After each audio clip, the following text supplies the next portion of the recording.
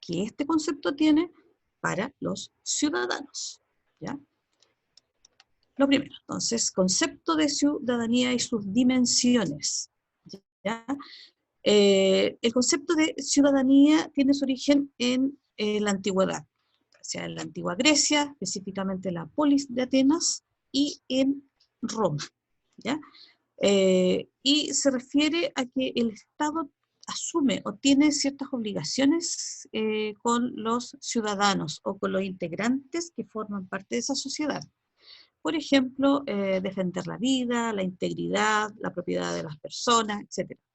Ahora, esto fue evolucionando. En la antigua Grecia, en la antigua Roma, esto no ocurría. La gente no era considerada todas iguales. Acuérdense que habían distintas clases sociales, por lo tanto, algunos tenían derechos y otros simplemente no los tenían, ¿ya? Pero el origen del concepto de ciudadanía, ciudadano, viene de las antiguas Grecia y Roma, ¿ya? Ahora, se han planteado varias dimensiones de lo que es el concepto de ciudadanía. Y una de estas es la que plantea Thomas Marshall, y que dice que la ciudadanía, no solamente porque uno entiende que la ciudadanía le da a uno derechos políticos, ¿ya? Cuando uno es mayor de edad, según la ley, uno adquiere derechos políticos, derecho a voto, derecho a ser elegido, derecho a participar, etc. Pero que no solamente tiene esta dimensión política, él plantea que también hay una dimensión social, es decir, que el concepto de ciudadanía le obliga, digamos, al Estado a garantizar el bienestar económico y sociocultural de la sociedad, ¿ya? Ojo, bienestar económico y sociocultural. Y que también tiene una dimensión civil, es decir, que el Estado debe garantizar derechos que tienen los ciudadanos, como por ejemplo la libertad individual, ¿ya? Y dentro de las libertades individuales está la libertad de expresión, la libertad de reunión, etc.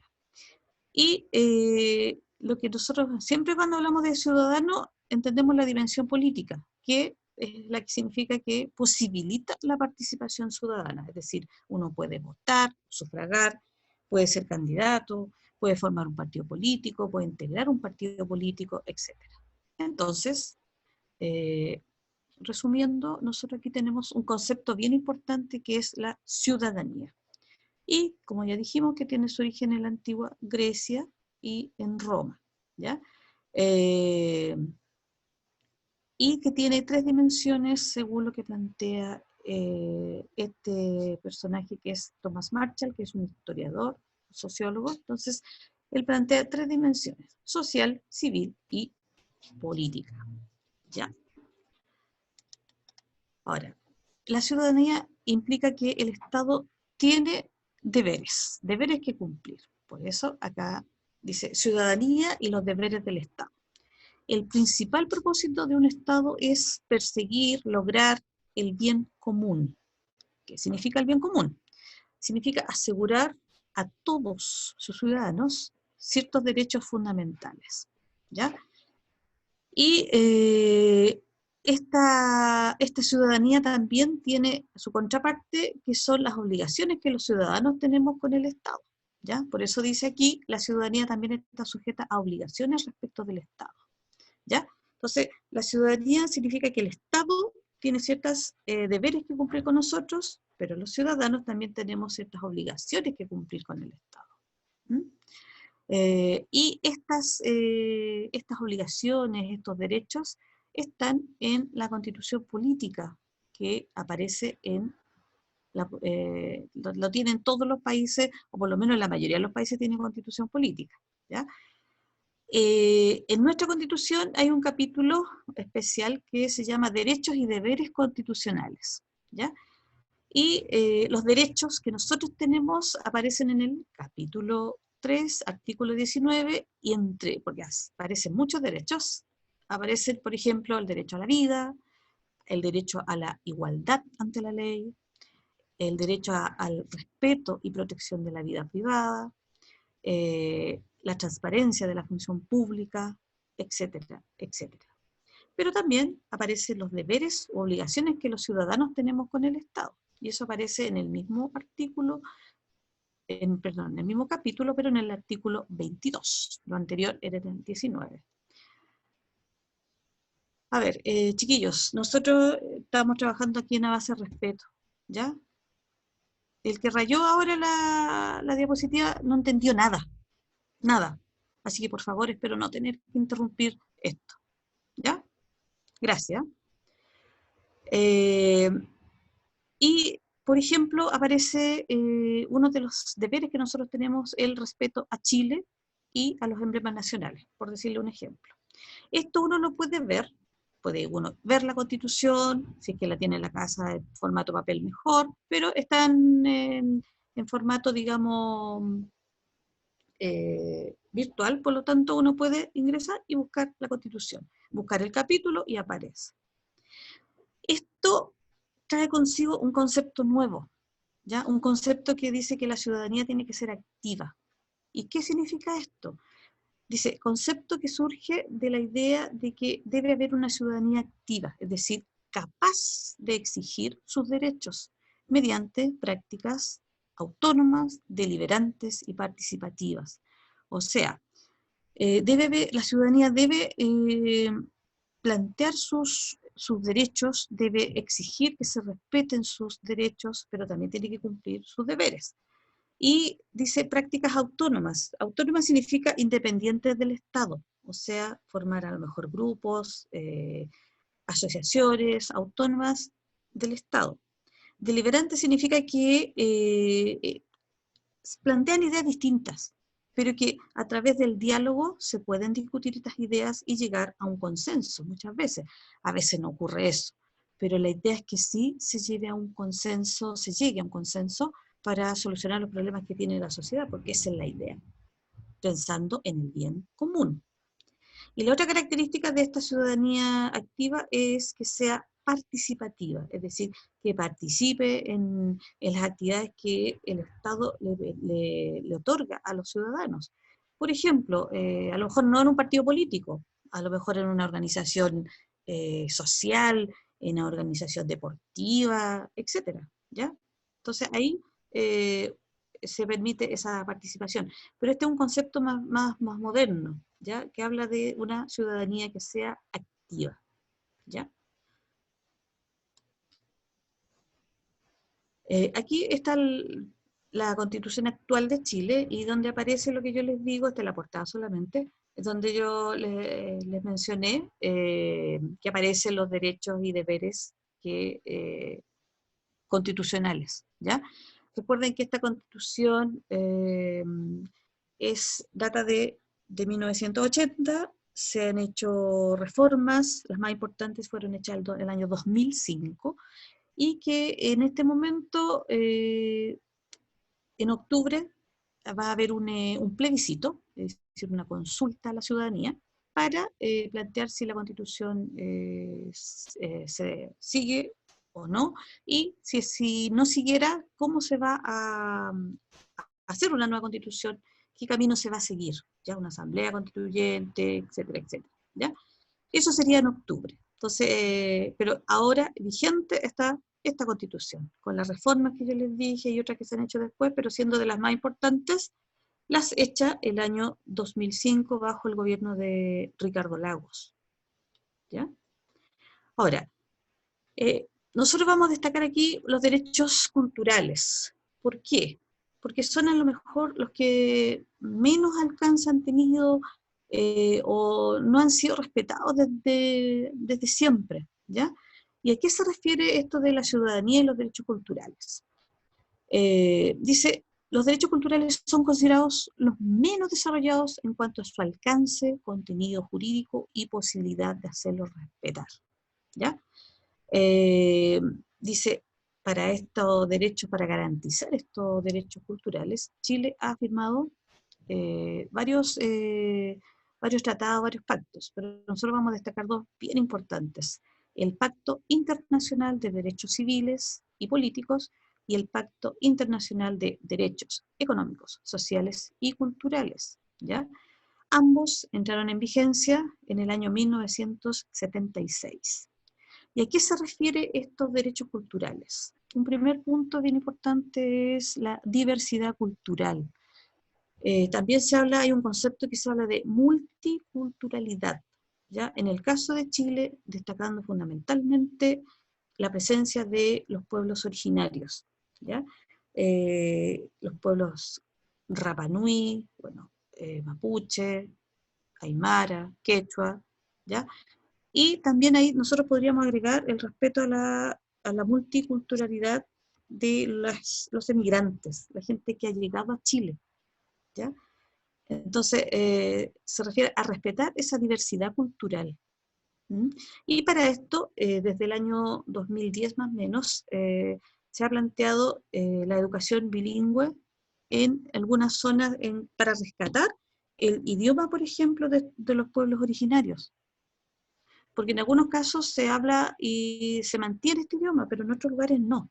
Entonces, ¿por qué? Porque se impuso el idioma español como enseñanza. Entonces, la idea es rescatar estos idiomas porque muchos se han ido perdiendo, porque ya no quedan integrantes de estos grupos o ya perdieron el idioma, ¿ya? El hablar el idioma originario.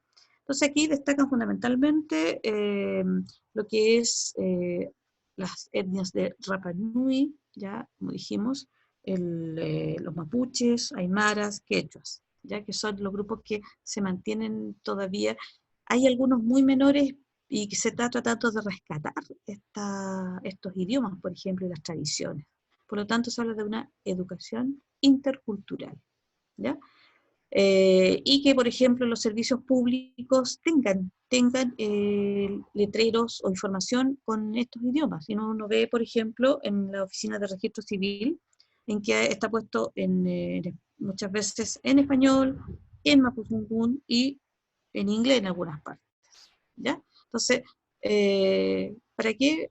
Porque eso es bien importante para poder rescatar y valorar esta multiculturalidad que tiene Chile, ¿ya?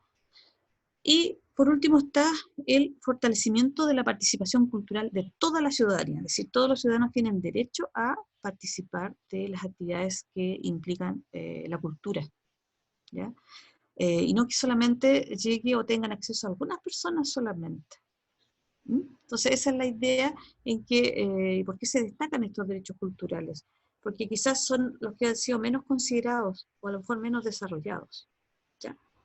Ahora, nosotros como ciudadanos hablábamos de una ciudadanía activa, ¿ya? Una ciudadanía activa y ¿qué significa esto? Que nosotros cumplimos ciertos roles en una democracia, que es la forma en que nosotros estamos organizados políticamente, ¿ya?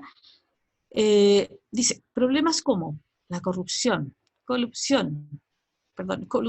malversación de fondos o dineros públicos, han hecho evidente un mayor control o fiscalización de la labor que realizan las autoridades, ¿ya? La opinión pública, la prensa también tienen responsabilidad de fiscalizar al poder político y económico. Ya, aquí hay problemas que nosotros ya hemos conversado, o ustedes han leído información, han visto noticias. La corrupción, acuérdense, eh, el no hacer las cosas como corresponde, ¿ya?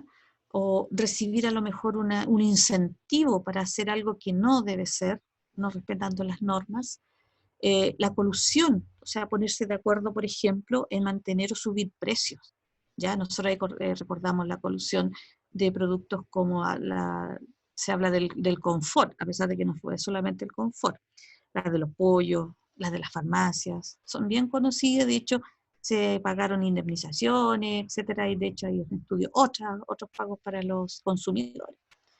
La malversación de fondos, de dineros públicos, o sea, dinero del Estado, no significa que la persona se quede con la plata del Estado, significa que la persona gasta o ocupa esos recursos de una manera que no corresponde, ¿ya? Si un dinero que envía el Estado, recursos que llega al Estado, son para un determinado fin, en ese fin se tienen que ocupar, no en otro, ¿ya? Eso significa, si uno lo ocupa en otro fin, aunque sea a lo mejor una mejor decisión, eso significa malversar fondos, ¿ya? Y eso no debe hacerse. ¿Mm?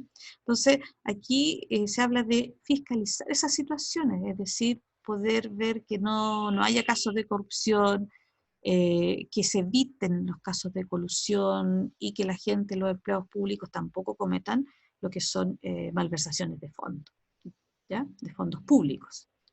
Ahora, ¿qué tenemos que hacer nosotros? Los ciudadanos, ya sea como ciudadanos propiamente tal o también como funcionarios públicos. Y se habla de respetar las normas. Y aquí hay dos normas que nosotros tenemos que destacar.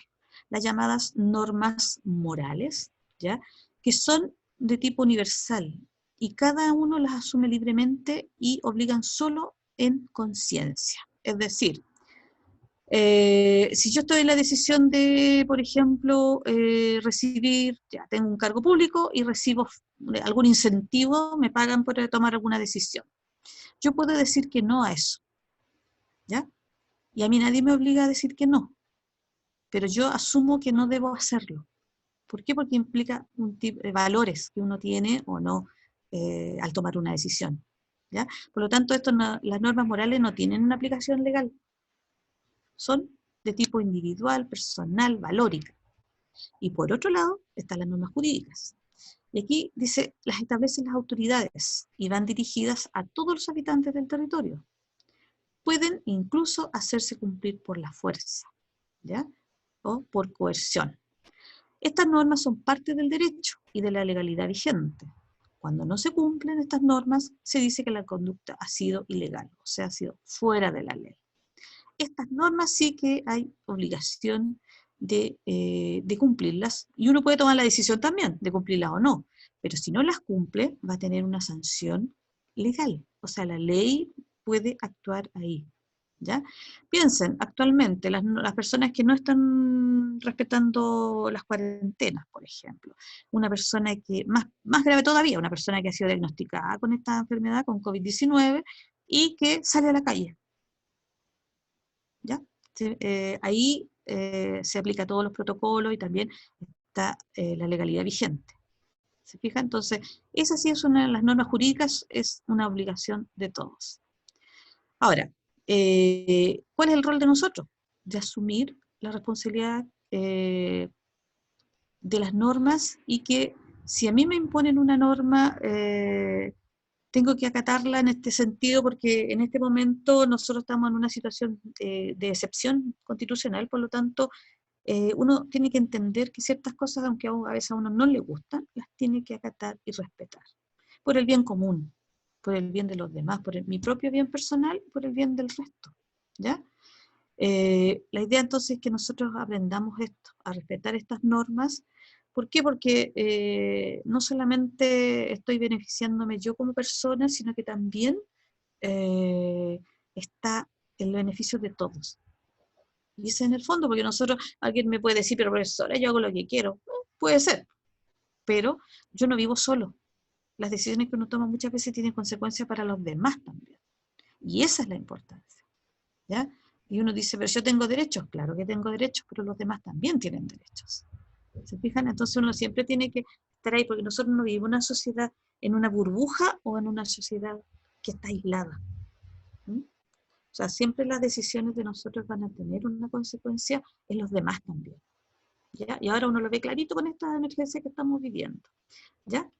Entonces, ahora, dentro de toda esta decisión que nosotros tomamos, también esta ciudadanía activa actúa muchas veces en algunas controversias que tiene la democracia. Entonces nosotros aquí hablamos de formas de democracia. Y son cuestionamientos que se hace a gobiernos que son democráticos, pero que tienen prácticas antidemocráticas, ¿ya? Entonces aquí hay dos ejemplos. Se habla de democracia hegemónica. Acuérdense que hegemonía significa dominio, ¿ya? Dominio, poder. Entonces dice, es aquella donde un partido político, un grupo de partidos o una organización política han obtenido sucesivamente triunfos electorales y a la vez no parece que dejaran el poder en un futuro cercano. O sea, ahí no existe lo que se llama la alternancia política, ¿ya? No hay cambios de gobierno, sino que siempre el mismo partido político o la misma agrupación política gobiernan países, y aquí han existido en América Latina países que han sido gobernados por el mismo partido político por más de 40, 50, 60 años. ¿ya? Siendo que han habido elecciones, han habido todo. Entonces, se habla de que el que no haya alternancia política sería una práctica antidemocrática, ¿ya? Y la otra forma de esto serían las democracias que se llama democracias defensivas, ¿ya? Y que se refiere a los gobiernos democráticos que realizan prácticas como prohibir la existencia de un partido político, limitar los derechos como la libre expresión, la libertad de prensa, entre otros, ¿ya? Por ejemplo, un gobierno que decide, porque un medio de comunicación, cerrar un medio de comunicación, cerrar un diario, a lo mejor cerrar un canal de televisión, porque no está de acuerdo con su línea editorial, por dar un ejemplo, ¿ya? Una democracia, una de las características que tiene es que tiene que respetar la libre opinión, de eso se trata. Ahora, las manifestaciones de la libre opinión siempre tienen que estar basadas en el respeto a la dignidad de las personas. ¿Mm? Entonces, resumiendo, aquí hay formas entonces de prácticas que son ya consideradas antidemocráticas en gobiernos que han sido elegidos democráticamente, ¿ya? Y es la permanencia prácticamente eterna en el poder, o sea, no hay alternancia política. Y lo otro es que prohíben o limitan las libertades de las personas, entre otros, por ejemplo, la libertad de prensa, que es lo que más se ve en muchos países, ¿ya? En que no existen medios de comunicación de oposición, por ejemplo, ¿ya? O son muy cuestionados o muy castigados, ¿ya? Y por último, chiquillos, esta información de cierre. Aquí, ustedes saben, seguramente les han dicho antes que van a tener pruebas de las materias que hemos visto. Y para preparar esta prueba, no sé las fechas todavía exactas, bueno, si no se las habría dado. ¿Cómo van a preparar esta prueba? ¿Van a leer? ¿Van a revisar su cuaderno? Bueno, en el caso de ustedes es bien difícil porque nosotros no nos vimos en clase, pero sí revisen las guías desarrolladas previamente, esta clase virtual, la clase virtual anterior, es decir, toda la información que ustedes tienen, ¿ya?